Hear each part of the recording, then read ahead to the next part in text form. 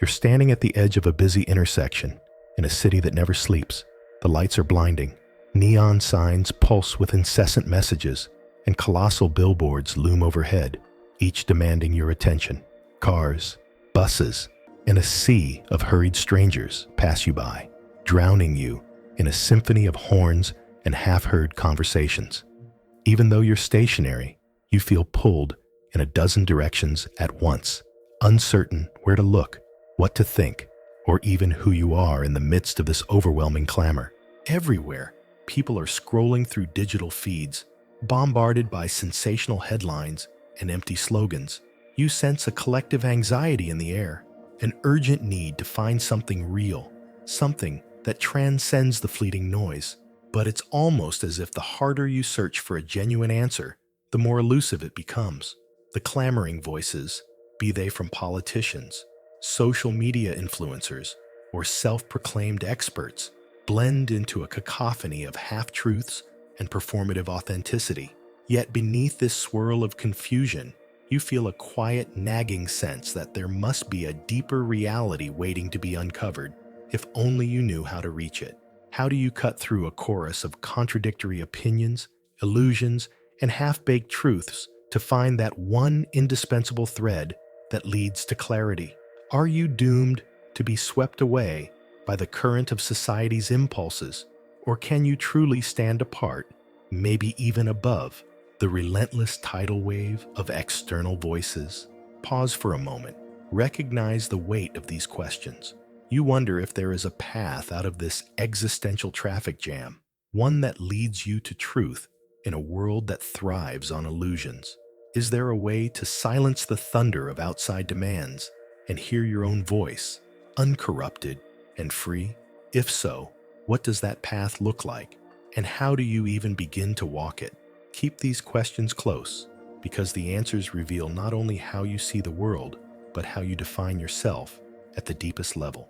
What if the greatest obstacle isn't the noise itself, but the part of you that craves it?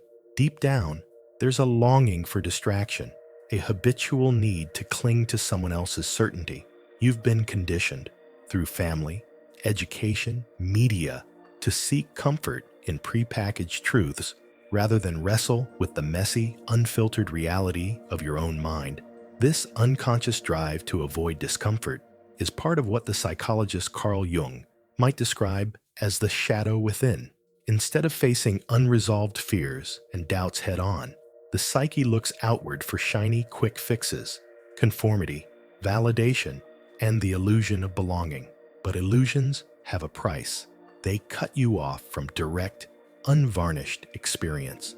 They dull your senses and encourage you to accept secondhand truths without question.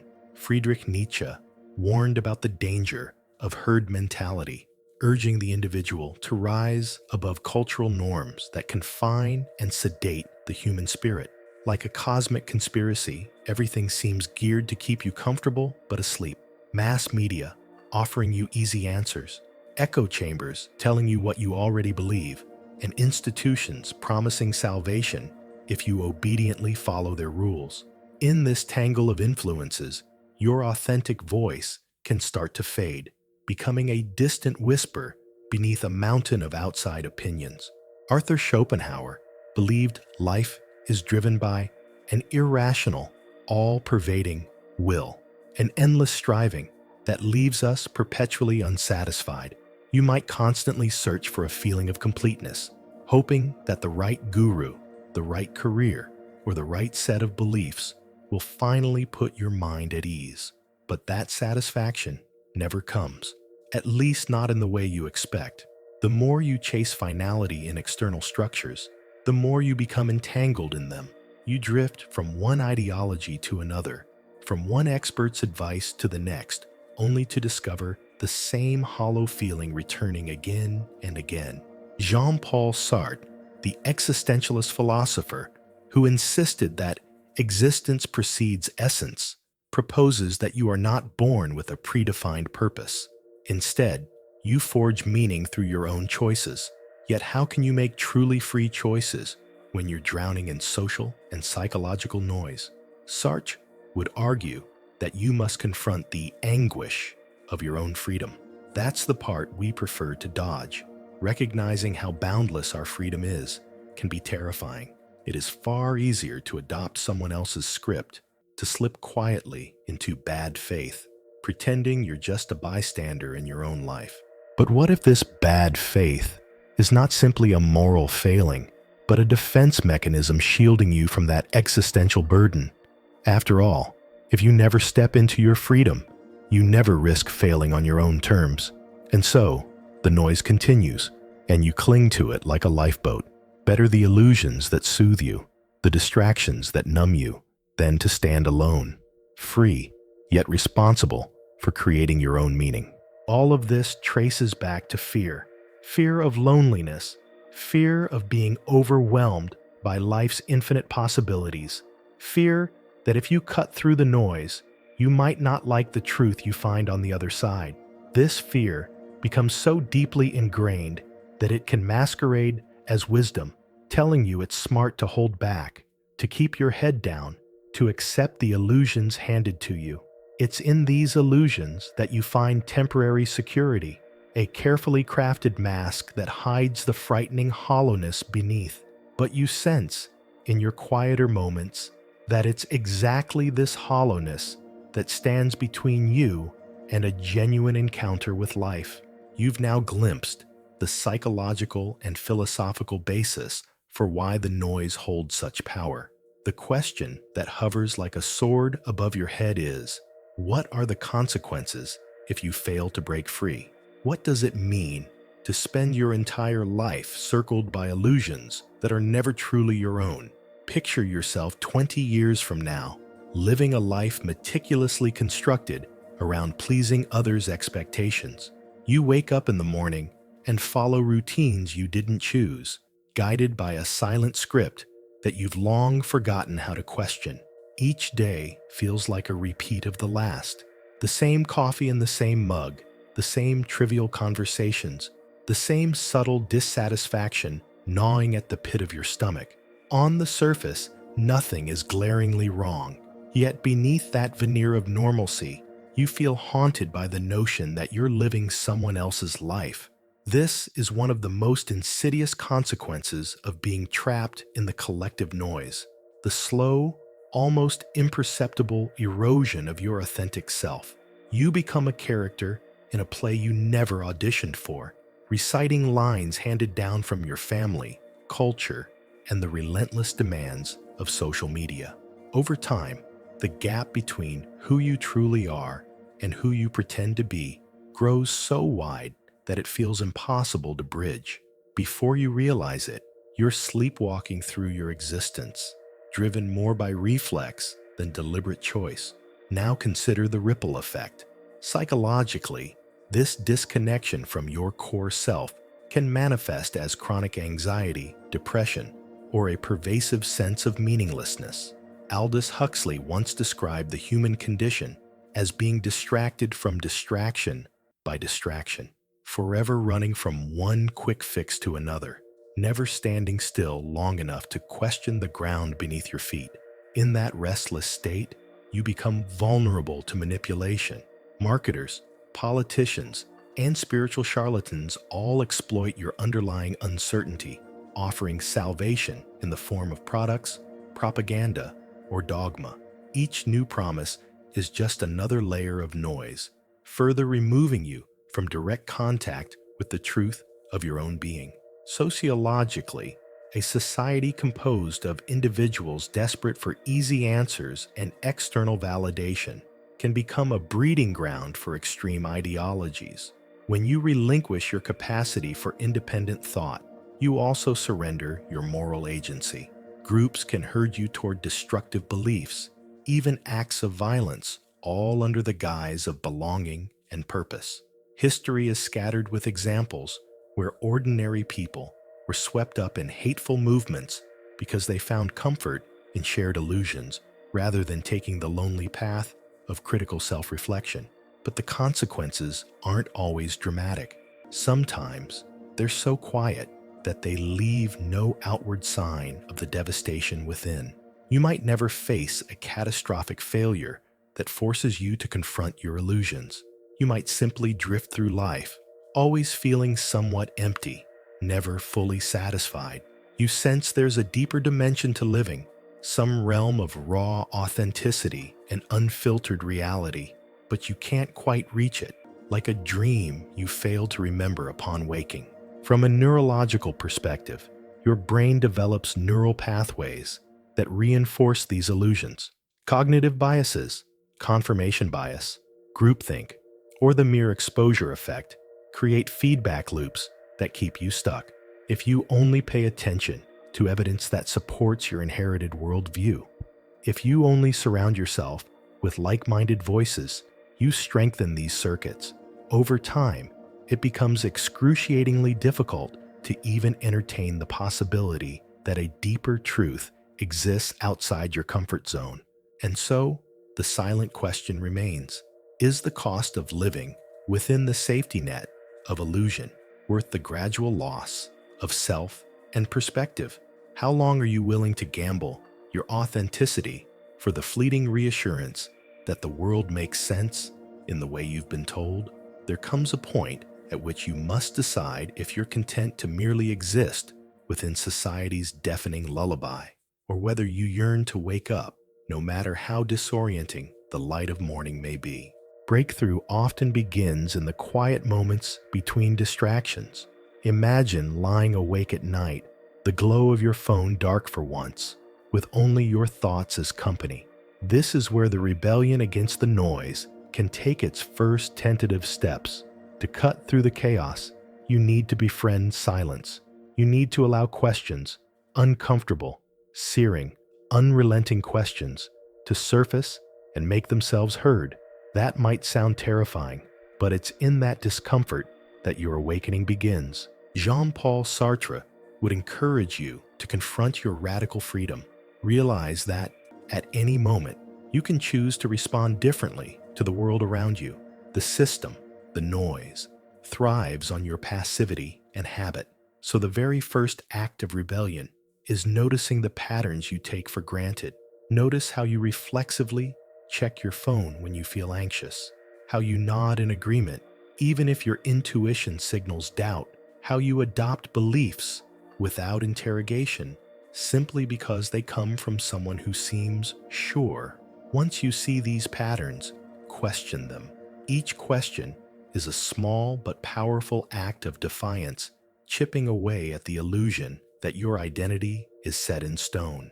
Carl Jung would say that becoming whole involves integrating the shadow, the neglected aspects of yourself that linger just outside your conscious awareness. Instead of pretending those parts don't exist, you bring them into the light. This can be done through introspection, journaling, or therapy. As you embrace the parts of you that you've been taught to hide, your doubts, fears, desires, you undermine the noise's power to define you. No longer chasing external validation, you start to trust that your inner life has wisdom of its own. But introspection alone isn't enough. You need to take meaningful action that disrupts your old routines. Think of every habit that fosters autopilot behavior and invert it. If you typically scroll through your social feed first thing in the morning, try opening a challenging book instead. Maybe something by Viktor Frankl, who wrote poignantly about finding meaning in the harshest conditions of existence. If you always rush through your day, try inserting a few minutes of mindful stillness after each major task. You might not change the world overnight, but you change the micro-world of your daily rhythms. Over time, these small acts accumulate into a new pattern, one that you've consciously chosen. There's also power in strategic ignorance, knowing which information to ignore. We often believe that more information equates to more truth, but that can be a trap. The real challenge is discerning what to leave out. If you bombard yourself with every opinion and every tweet, you'll drown in a sea of confusion. The trick is to hone your focus on sources and voices that challenge you to think deeper, rather than simply reaffirming your existing worldview. This is a radical stance in a culture obsessed with infinite scrolling and perpetual noise, but it's a necessary stance if you truly want to see reality with fresh eyes. Finally, Building a community of like-minded rebels can cement your shift from passive acceptance to conscious living. Find people who share your hunger for truth, who aren't content to parrot the latest trend. Engage in deep conversations that stretch your mind and question your assumptions. Collective introspection, when done sincerely, fuels a different kind of social bonding, one rooted in shared authenticity rather than shared illusions. In each of these actions lies the seed of liberation. You become the master of your attention, your beliefs, and ultimately your destiny. This is what it means to rebel against the noise. You're not just turning down the volume, you're learning to hear your own frequency for the first time. And in that resonant frequency lies the power to reshape your life from the inside out. It's time to confront the last veil, the profound recognition that all the noise, all the illusions, even your rebellion against them, exist within the vast, ever-shifting landscape of your own consciousness. This isn't to say truth doesn't exist. Rather, the ultimate truth reveals itself in the living tension between the world and your inner awareness. You're not just a passive entity floating in an endless ocean of external chaos. You're an active co-creator of your reality.